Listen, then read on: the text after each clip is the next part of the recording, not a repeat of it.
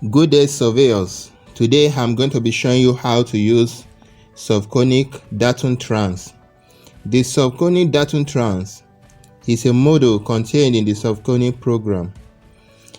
Now I'm going to show you how to use it. So we click on the datum trans button in the main menu. This is the Survconic datum trans. The datum transformation model consists of two major sections or windows. We have the left window and the right window.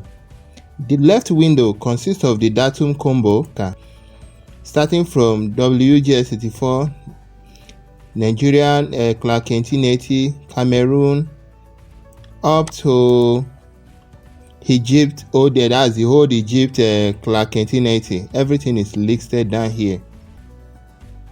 In this left window, the Clark 1880 ellipsoid is set to be default. So whenever you load the coordinates or the datum transformation module, what you have on your left window as the default set is the Clark 1880.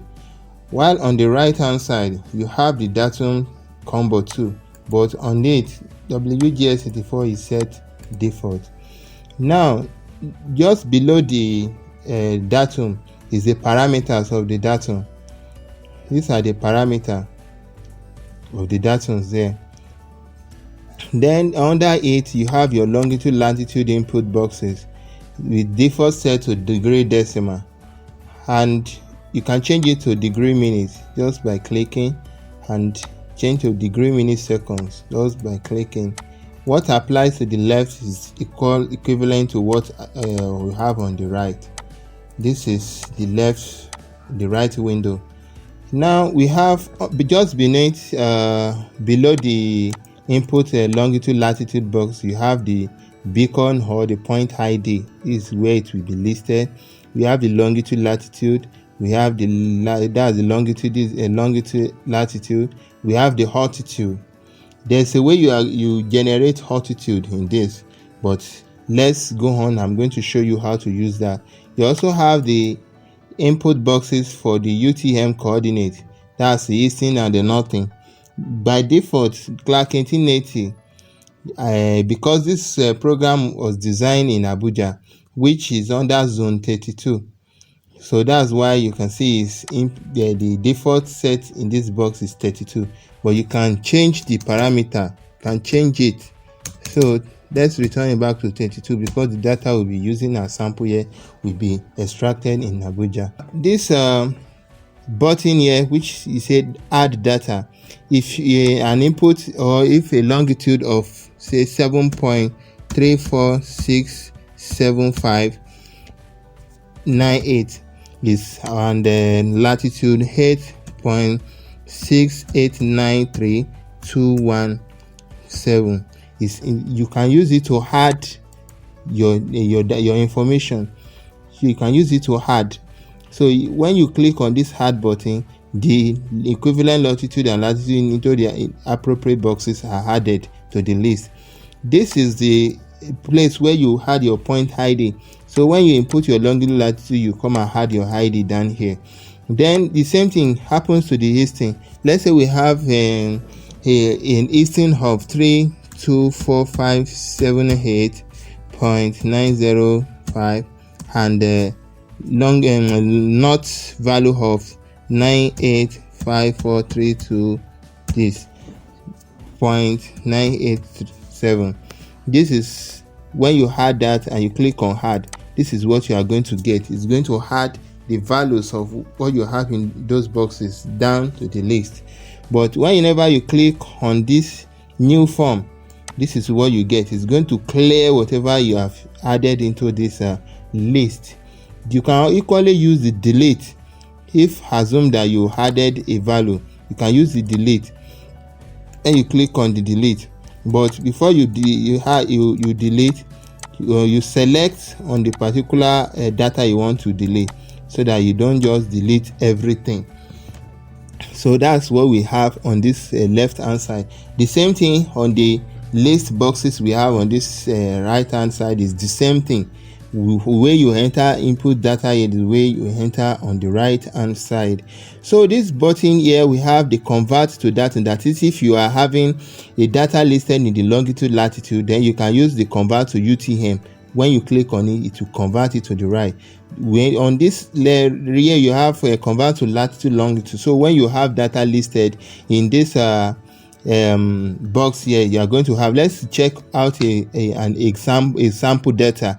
This is a sample data of longitude latitude listed. You see, you have 7 point this, 8 point, all these are longitude latitude values.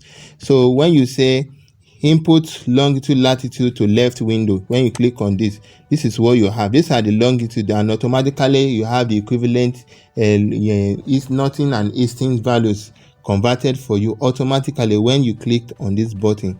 The same thing, if you want this data in this box here to be entered into this right hand window, you just click on input longitude latitude to right window. When you click, this is what you have. These are the equivalent of what you have here.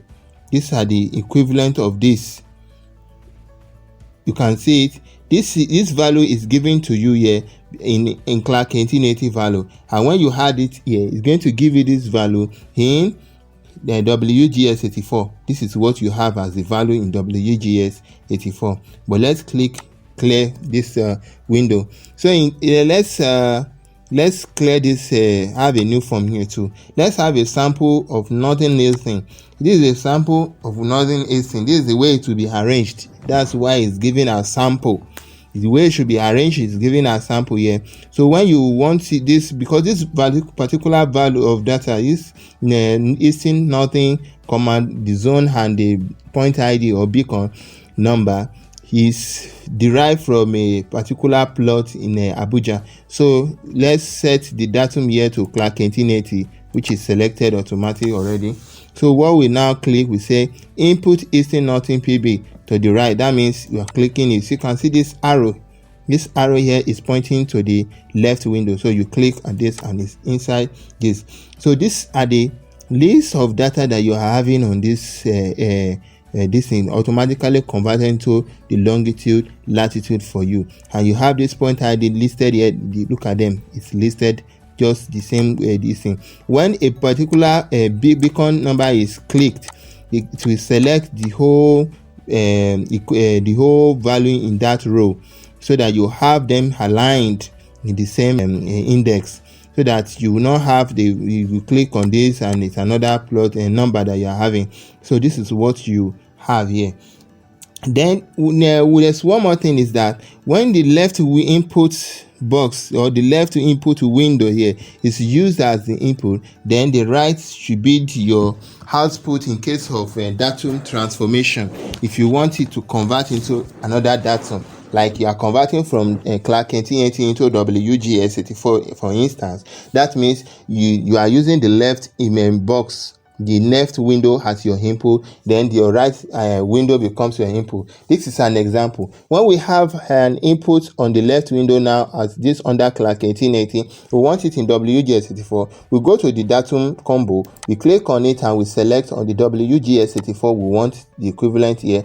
Then you say click convert left to right window. This is the button you are going to click. When you click on this, now you have the value converted to WGS 84. As simple as that. There are so many things you can do with this. Now we can use this Survconic datum transformation module to actually obtain the approximate height. Now look, now when you want to get that, you just click on the get height.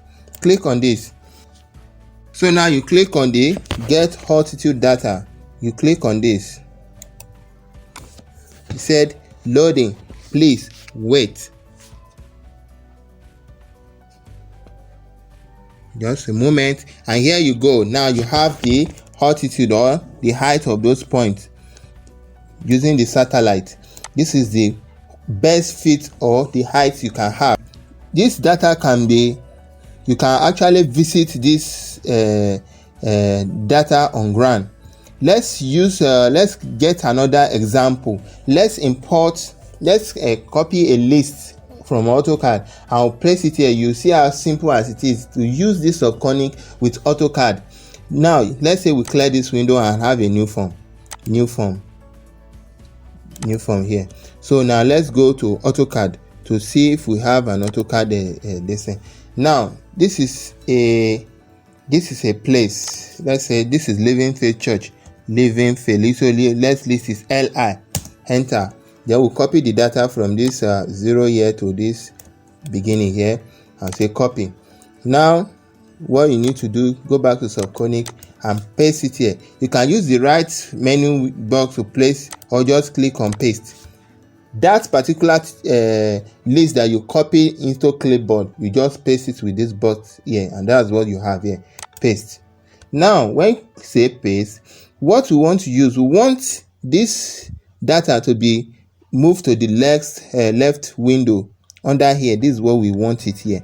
So what we are going to do is we say trim list for left window. Trim list for left window. This is what you have here, and then you say what? Input northeastern nothing. Just click on this and you have it here. It has given you the equivalent longitude latitude at the same time. You can see that we will not put any point ID here, so that's why it's left empty. You can input it yourself. But if you don't have it, it's still the same thing. It's not a prerequisite or something that is necessary.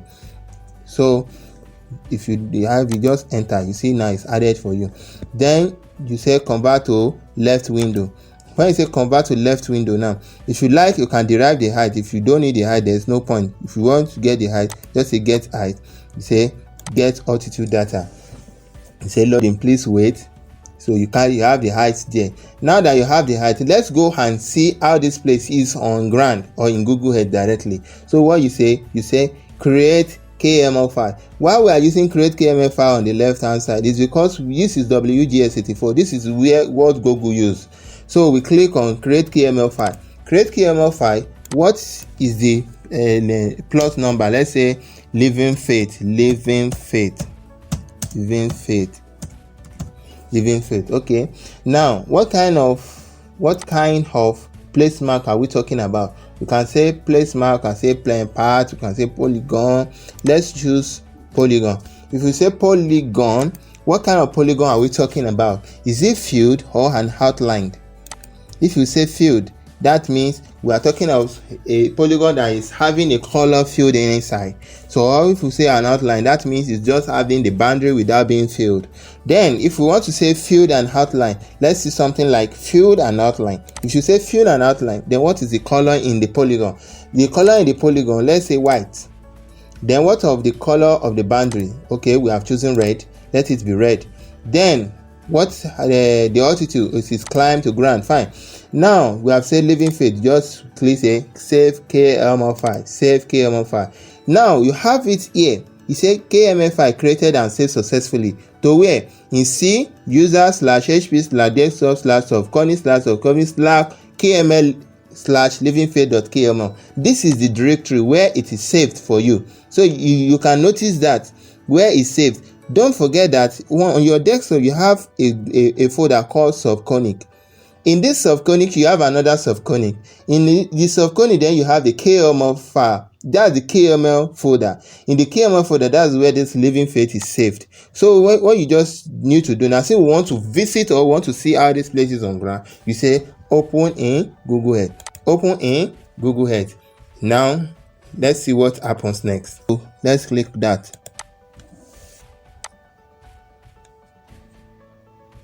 You can see the Google Earth interface. It's open and it's taking us to the location where the Living Faith is located. Wow.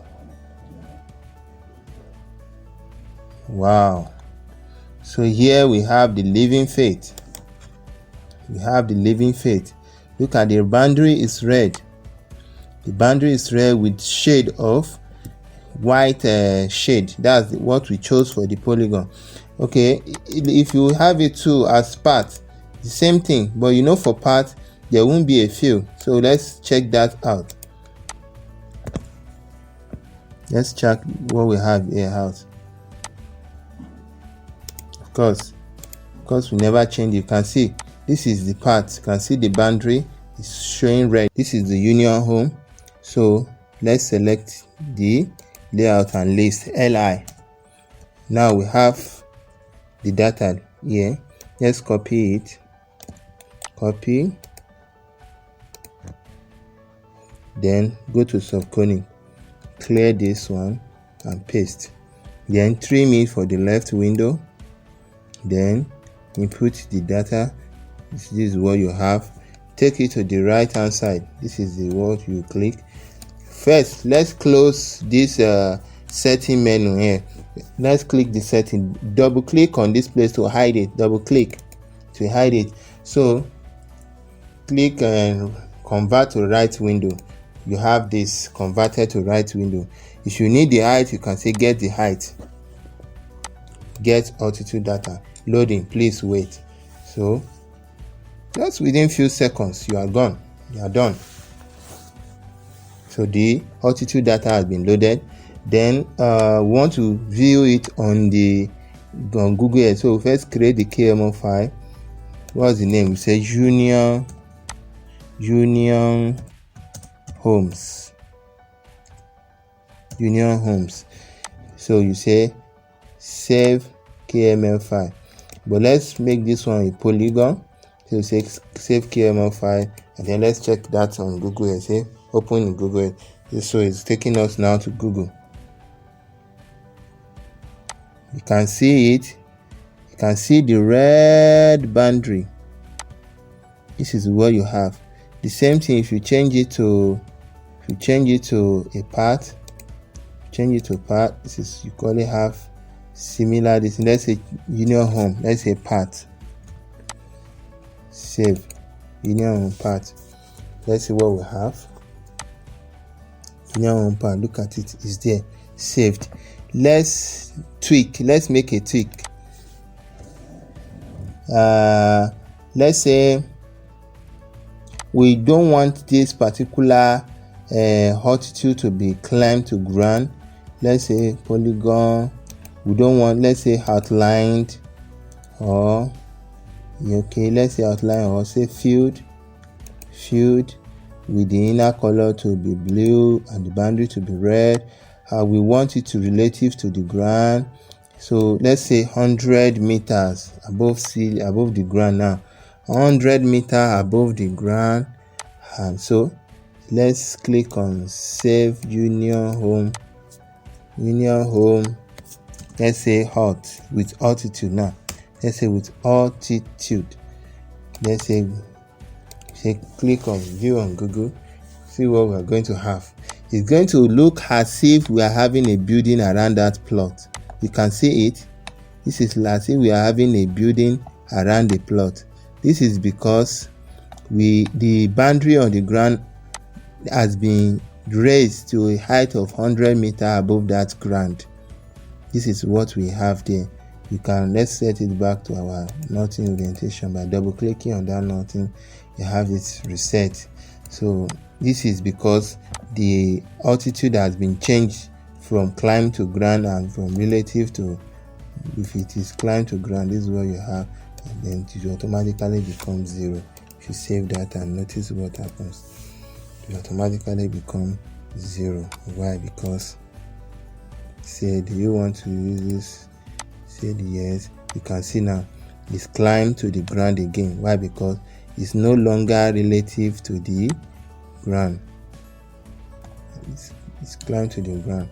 That's why you have that. So this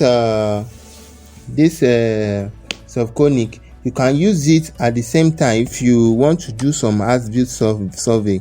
What you just do is you get the, this for instance. Now let's assume we have some plots that are built up and you want to have this a list of data here, or you want to just select, let's say part or polygon. If it's part, let's say part, just select the plots. Let's select the plots we want to use. Let's say let's look, okay, let's say this. You can zoom it, zoom, select on the boundary, select on the boundary, here,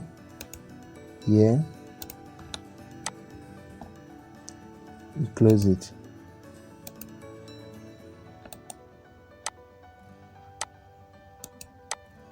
So you close it. You can use this to adjust. You adjust so that you be on that boundary. On that boundary, you adjust and use it to move to that boundary.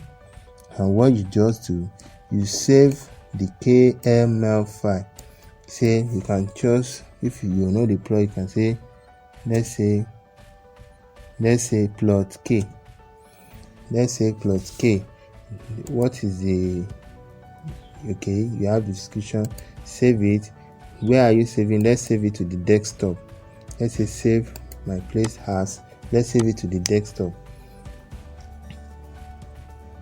I'm going to open where we'll save it, the directory to save now. So okay, let's save it to the desktop. Okay, okay, click here, desktop, say K in KML, we'll select KML file, say save. So let's go to the desktop now, where it's saved. Now it's now on this thing. You right click, so you open with Notepad. Open with Notepad. What you just need is this longitude latitude with the 0 altitude. Make sure the altitude is in 0 so that I don't give you problem. So what you just do, you come here, you clear here, you paste it here. Don't forget that this data is in WGS84, so it automatically double click this place to close that. So you're automatically inputting into the right window, or if you want it to the left window, then you select WGS84 here. But since we don't want that, okay, you can just use it WGS84. Then you say input longitude latitude to left window, so you click on this, so you have your longitude and the latitude and the equivalent and UTM coordinate here converted. So we are going to, you want it in the Clark 1880, so you come here and set here to Nigerian Clark 1880. You say convert to right window. This is what you have, convert to right window. But let's make that form new, so we say convert to right window. This is what you have when you say convert to right window. Of course, don't forget that the altitude was in 0, but you can get the height if you want. So you can say get height. Get height. You say get height. So you say click on it. Say please wait loading. So you have the height here. And this particular data you have, you can take it to the software where you can use it. You can copy out this data, or you can take it to back computation. If you need it in back computation, click back computation. Yes, this is a back computation window. Here you say, let's say we say plot K the other time. So these are the coordinates here given to you, but don't forget that this particular coordinate is repeated. So you click here and you delete. It has reduced it. Now when you click on this, this is what you have, and this is the size of the plot, 1028, and this is the perimeter. Yeah, if you know the layout, you can select the layout here. You can select the layout. Okay, before that, you can refresh this layout and you add the layout. That is if you have the layout listed, but if you don't have it, you can type it on this place. If you don't have the layout, you can type it here and use this button to actually add it to your layout list. So you have it here, and you can print your data. You can save the AutoCAD script. When you save the AutoCAD script, the script can plot the boundary with the bearing and distance labeled with the beacon number if you have it. But if you don't have it, you can just save and do whatever you want to do with it. So let's go back to our datum trans. So this is the datum trans interface that we have here. You can save your data in CSV file format. You can equally save it to Excel if you want it in Excel, that you can use it to manipulate, because Excel is a very powerful tool for manipulation. You can use it in Excel. So there are so many things you can do with this datum trans. Unlike the conventional datum transformation and converter, where you need to import data from AutoCAD to Excel to Trim, from Excel to another software before you finally get your final output. This you can copy directly from AutoCAD, place here. It will clean the unneeded, remove the unneeded data, and it will give you what you want directly from this datum trans interface without having the stress. You can equally print data. So now click on print. If it's right button, you say click right. If it's right window, so you have the data here. You have the zone, the longitude, latitude, the eastern, northern, the height, and do you wish to print out the data now? You can say no. Let's say if you are printing on the left window, this is what we have. Do you wish to print the same information? So this is what we have, and you can click on the hide to hide the menu or the window. So that's what we have. Click on you can select your printers. This is the printer combo here. The list of printers installed on this system. You can decide to write this document or this data in a document. So you can write it in XPS file format. You can write the file. If you say maybe you don't have a printer, you wish to print it later, you can save it here and then say print. When you say print, you wish to print, say yes. It will ask you for the appropriate directory where you want to save the data, the print out the XPS file for document file format. So you just select the directory where you want to save.